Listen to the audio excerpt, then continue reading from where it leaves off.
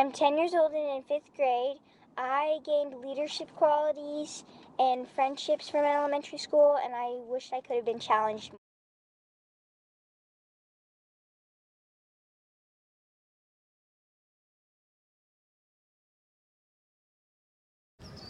Okay, hi, my name is Nancy Joe. I'm a sophomore.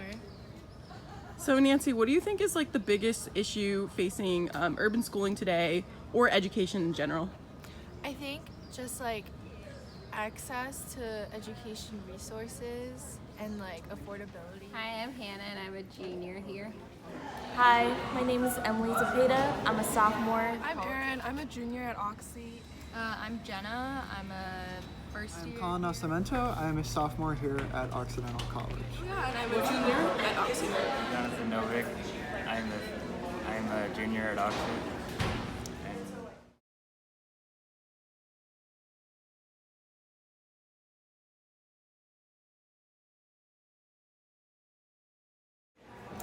Like in urban schooling, like kids are not being supported as much as they should, especially when they're at disproportionate levels of socioeconomic opportunity, and especially when it's been proven time and time and again that they don't have the same resources that those in more affluent areas do.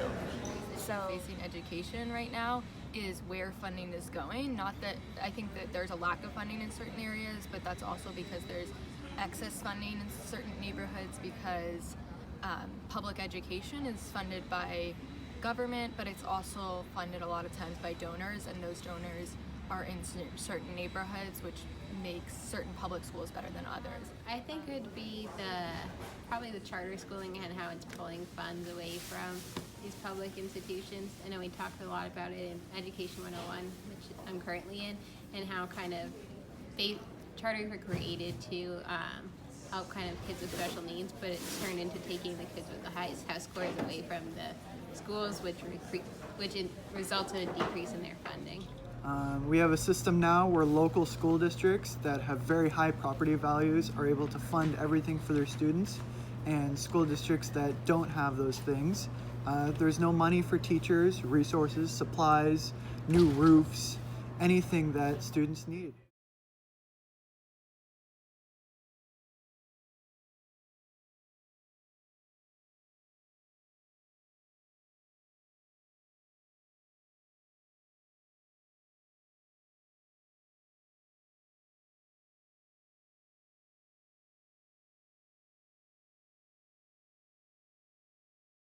Hi, I'm Rachel Eaton. I'm a sophomore here at Oxy. One thing is that we're expecting that all children and all young adults are going to learn in exactly the same way, and I think we need more programs to help people who don't learn in exactly the same way or might not learn in the same pace. And I think that we're valuing people who learn in a very specific way and raising those people up, which is great, but we're also like really hurting the self-esteem of students who don't learn in a particular.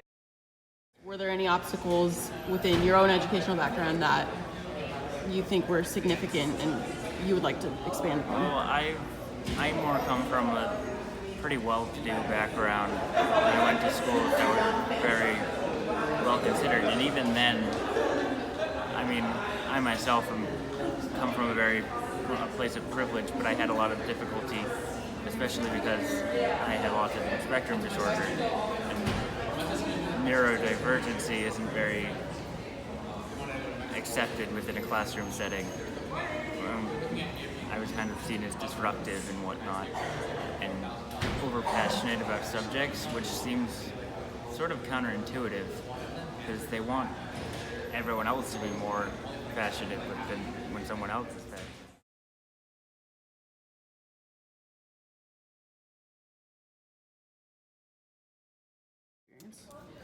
I had a lot of learning issues.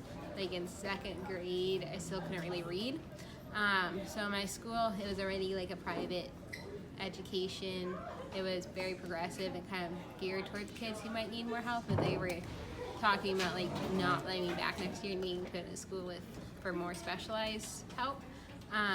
but I didn't really want to do that. So I worked with an educational therapist outside of school because even this private school didn't offer the resources I need, and I was able to work through it over the summer. So like I could stay in the schooling, but kind of not getting access to resources was probably, I'd say, the biggest challenge. Some people have the opportunity to take outside classes or training classes that may help them in the harder courses, such as AP courses and stuff. But that personally was not available to me, and I think that's something that's obviously more catered towards the wealthy and higher income families. So I think that is definitely a very big issue that I face. I think for me, definitely, first of all, I'm very grateful that, I can afford my education and I'm here to attend college because it is a privilege.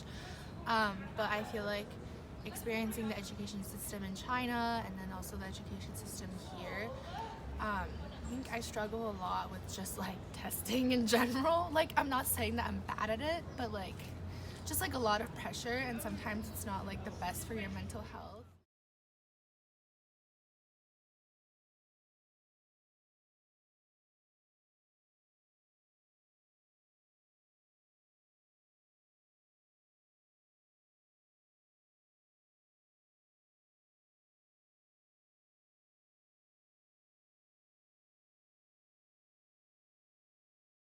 Hi, I'm Nicole Schwinn. I'm a freshman here at Oxy.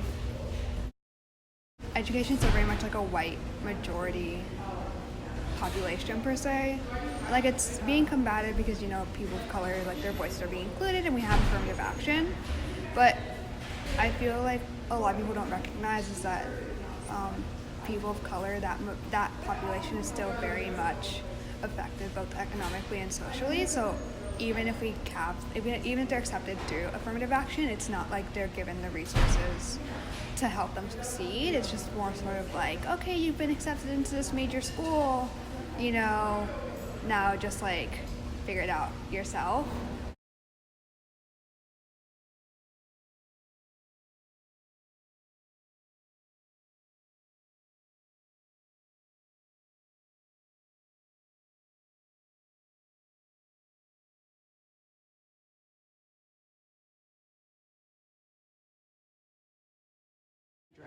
Sure. So NPP is a neighborhood partnership program at Oxy, and it's basically an employer of students, a student employer.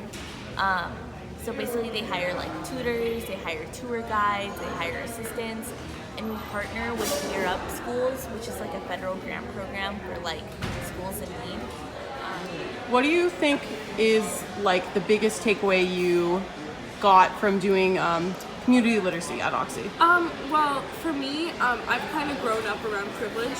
So doing community literacy, I really learned how to talk to, and I learned how people who may not have as much privilege as I did when I was that age, how they can learn and how they live their lives. His mother was going through cancer and he was just in a very hard home situation. And luckily for me, I was not in that situation when I was his age, but I learned how to develop people that age when they're in that situation, and I learned that they really need someone there as a good influence and a good role model when they don't have that at home. And is there anything else you would like to add about community literacy in general and your experiences with it? I think that for me, I kind of said this already, but it's a very eye-opening experience and a very good experience if you're interested in going into that, teaching little kids or just dealing with kids that age in general. So it's very rewarding and I recommend it. By Grace Gunn, and remember, the hairy beast suck out your head. You and me at this Con, I feel like if you put a house by under your heart. And here is a story of one of the Haricorn's best work. The Haricorn walked into the bathroom and sucked all the hair out of his head. That is why there are so many bald people in the world today. Including Grace's uncle.